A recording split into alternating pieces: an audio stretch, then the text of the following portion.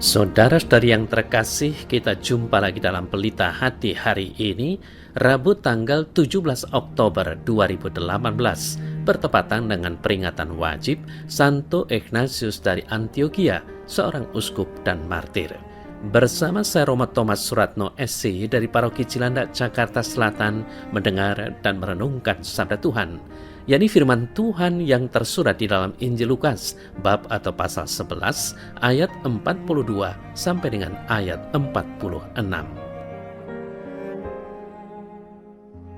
Tetapi celakalah kamu, hai orang-orang Farisi, sebab kamu membayar persepuluhan dari selasih, inggu, dan segala jenis sayuran, tetapi kamu mengabaikan keadilan dan kasih Allah. Yang satu harus dilakukan dan yang lain jangan diabaikan. Celakalah kamu, hai orang-orang Farisi, sebab kamu suka duduk di tempat terdepan di rumah ibadat dan suka menerima penghormatan di pasar. Celakalah kamu, sebab kamu sama seperti kubur yang tidak memakai tanda. Orang-orang yang berjalan di atasnya tidak mengetahuinya. Seorang dari antara ahli-ahli Taurat itu menjawab dan berkata kepadanya, "Guru, dengan berkata demikian engkau menghina kami juga." Tetapi ia menjawab, "Celakalah kamu juga, hai ahli-ahli Taurat, sebab kamu meletakkan beban-beban yang tak terpikul pada orang, tetapi kamu sendiri tidak menyentuh beban itu dengan satu jari pun." Saudara-saudari yang terkasih, dalam Injil hari ini, Yesus mengecam keras kaum Farisi dan ahli-ahli Taurat. Ia mengecam mereka dengan kata celakalah, yang mengandung juga ungkapan marah karena kedegilan hati mereka. Yesus kecewa dan marah karena para pemimpin agama itu gagal dalam mendengarkan firman Tuhan dan mereka keliru dalam membimbing jemaat ke jalan Tuhan. Dan Yesus marah serta kecewa terhadap para ahli Taurat karena mereka yang mempelajari kitab-kitab dan hukum-hukum Musa dan merupakan ahlinya. Mereka membagi-bagi ke-10 perintah Tuhan menjadi beragam peraturan kecil. Mereka begitu asiknya mempelajari kitab dan hukum, namun tidak menghidupinya. Malahan membawa para jemaat ke dalam tumpuan aturan yang begitu berat dijalankan. Padahal yang terpenting yang diinginkan Tuhan, yaitu kasih kepada Tuhan dan sesama, malah diabaikan.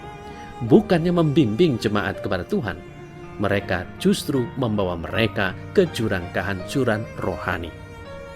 Saudara-saudara terkasih, Yesus menggunakan contoh persepuluhan untuk menunjukkan seberapa jauh mereka telah gagal memahami tanda.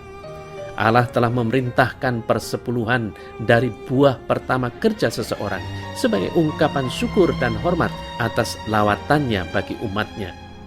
Namun para ahli Taurat memanjangkan secara ekstrim aturan perpuluhan sampai pada hal-hal yang tidak penting, misalnya tanaman kecil, dengan ukuran perhitungan matematis yang begitu besar.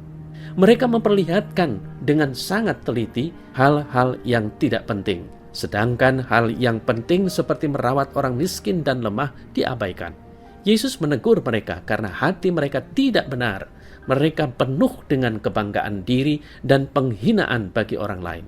Mereka menempatkan beban yang tidak diperlukan kepada orang lain, sementara mengabaikan tindakan-tindakan yang menunjukkan amal kasih, terutama kepada yang lemah dan miskin.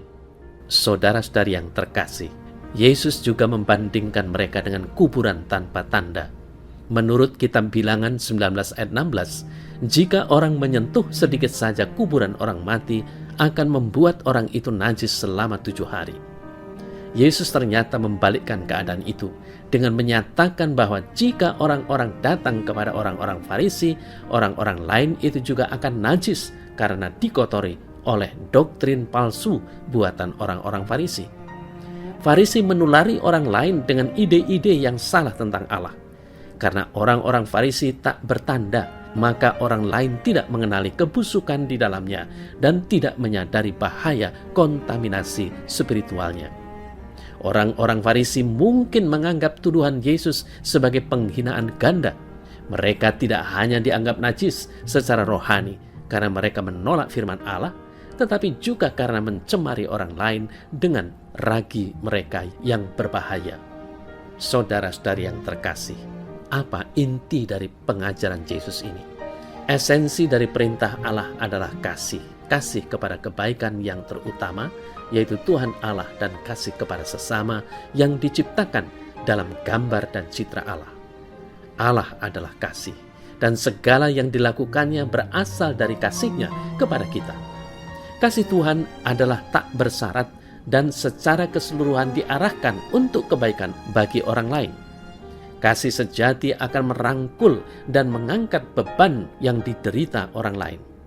Rasul Paulus mengingatkan kita bahwa pengharapan tidak mengecewakan karena kasih Allah telah dicurahkan di dalam hati kita oleh Roh Kudus yang telah dikaruniakan kepada kita. Roma 5 ayat 5. Apakah saudara mau membantu sesama dalam meringankan beban mereka? Tuhan memberikan kepada kita rahmat yang mencukupi setiap hari untuk mengasihi seperti Dia mengasihi dan untuk meringankan beban sesama, sehingga mereka pun bisa mengalami rahmat dan kasih Yesus Kristus. Ya Tuhan, bebaskan hatiku dari keegoisan diri, sehingga hatiku memiliki ruang untuk kebaikan, belas kasihan kepada setiap orang yang aku kenal dan jumpai. Amin.